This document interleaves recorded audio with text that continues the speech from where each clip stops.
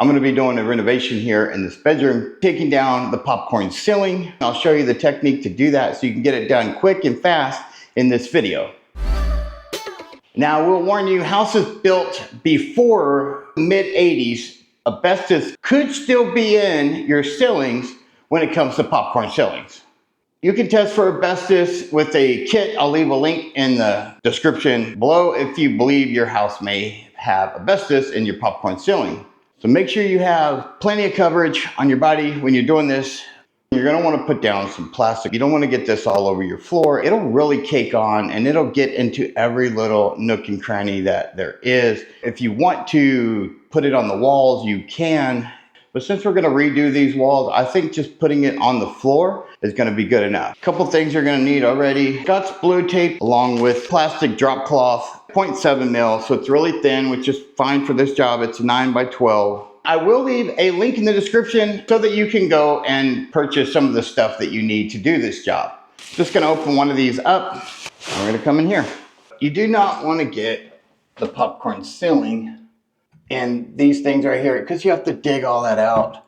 Now, I know this job is kind of time consuming, but trust me, well worth it in the end. Now we just have to put some plastic on the floor, kind of like a big trash bag. I made sure to put the floor plastic up and under it, but this is going to cover everything. You're going to want to wear the proper PPE, so a hat, safety glasses are a must when you're dealing with this. This 10-inch, I prefer over the 12-inch. I feel like I have more control with this, and you want more control because you don't want to gouge the ceiling out. You probably have one of these if you do some DIY work. Then my second one would just be a standard putty knife. All these are metal, by the way, not plastic, but then some kind of dust mask is good enough. You don't need big respirators. I mean, if you want to, that's fine. If you have it, just buying one of these. I'll leave a link, like I said, to all this stuff in the description. You can check it out for yourself and decide what's best for you. So now that we talked about what we're scraping it with, let's talk about a sprayer. So when it comes to spraying the ceiling, you could use a $10 sprayer, but I gotta be honest, they're not the best. They don't spray as much water because they're not really for a heavy application like that. I've always loved the Smith sprayer. This is the contractor sprayer. This is the 2 gallon. I have the 1 gallon, but I prefer the 2 gallon, even if I'm just doing it up to like a little bit of water, like a gallon of water. This can sit on something, another ladder. It makes it easy to grab because of its height. There are other things you can put in here along with water. You can put in some dish soap if you want, but I found water is great. I really don't have a problem unless I'm running into some parts that may be harder to come off. There's still drywall plaster and tape for taping your seams and all that on the ceiling, just like there would be your wall. And I say this because if you're having a hard time in an area, it's best to skip it. Go to the areas that it is easy to get off. And then you'll probably notice when it comes to the drywall plaster, you might have to wet it a little bit more, but you do have to be a little bit more careful that you don't scrape off all that plaster, because if you scrape it all off, what's going to happen, you're going to have to get back up there. You'll probably get into the tape and you'll have to do some more patching on your ceiling, and there's no reason for it. So if it's hard to get some of this stuff off, just take your time, go slow. And in any areas that it becomes really difficult, spray a little bit of water, see if it comes off. If not, skip it, go to the parts that you know do really well coming off and just stick with that. Then come back to the harder parts and work on those. You'll find out that it's a little bit harder to get off when there's plaster, which tells you there's a seam. Now, all around the wall, like where the two would butt, the wall and the ceiling, you're gonna find some drywall tape. So be careful in that area too. If you can, go up and come away from it so that you're moving the tape. You're moving your knife away from the tape, because if you go towards the wall, sometimes you run into that tape if you're not careful. So just a little common sense and know what's up there and what's around the wall, the ceilings when you're fixing to do this. That's just helpful to know a little bit about it before you go at it. So other than that, I don't know if hot water works better than cold water, because by the time I put hot water in this, a lot of times it's going to set and it's going to be cold eventually, and I'm still going to be using it and it's still going to be working. So hot water versus cold water, I've started out with hot water, but let's be honest, it turns to cold. So either one you have or want to do is fine. When it comes to a sprayer, I recommend this, these Smith sprayers, 2 gallon and a 1 gallon, perfect for anything you need them for. I would put, a gallon of water in here, put some hot water maybe. We'll try the hot water, we'll go with that. Put some hot water in here and let's just spray the water and see what happens. If you're having a struggle in areas, you can comment down below and let me know, and I'll be happy to address or help you find a better solution than what I might have shown you or did. So just leave comments down below. Let me know what you think of this video. So I have my sprayer here. It's not quite 2 gallons. I filled it up with a little bit more than a gallon. Number one thing that people get wrong here, it's water. You put enough on there, this will come off really easy. If you don't put enough on there, then you're gonna have a problem scraping the ceiling. You don't want it to be a stream, so we're gonna dial it down a little bit. So now it's going to be basically a mist. Go ahead and wet it down really good. And because I know it's painted, I know it's gonna need more water, I'm gonna have to start it and add more water. You want it all to fall on your plastic so you can just get rid of your plastic and there's really not much of a mess.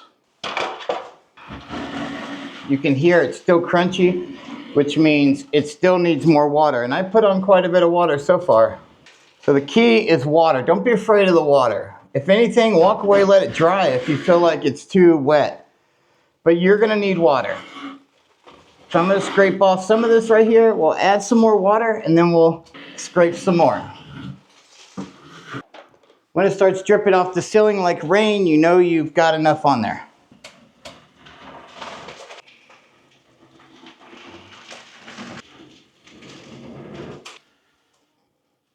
And if you're worried about it being too wet, let it dry.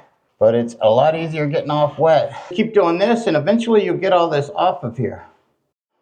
We got it all scraped. We have to let it dry. And then we're gonna work on doing the ceiling in here and taking the fan down. That's gonna be right now. So I went ahead and taped off the floor. I've taped off the window already. And I taped off our bifolding barn door.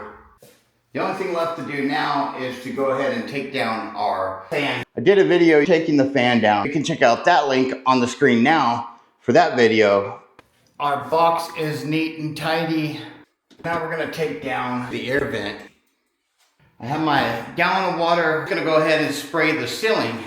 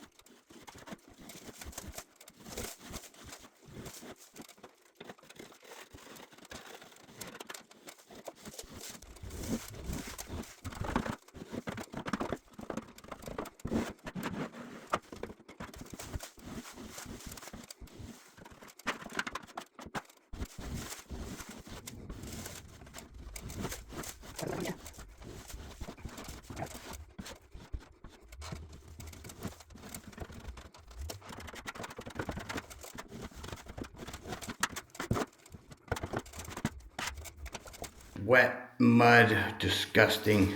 Not so much the popcorn as it is drywall mud mixed in there, and it just packs on and makes a disgusting mess. This is what it looks like when you get done with it. This is all mud.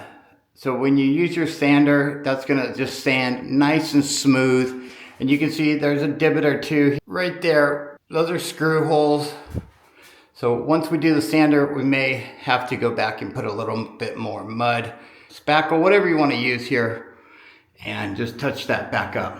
We need to let it dry, and then we'll come back and see what we need to touch up. All right, that's gonna do it. It's gonna wrap it up for this part of the video. For our next video, we're gonna come back and we're gonna use our sanding pole and we're gonna sand this down as smooth as we can get it and see what it looks like. So I hope you found some use out of this video. If you did, hit the like button. We'll see you in the next one. Booyah!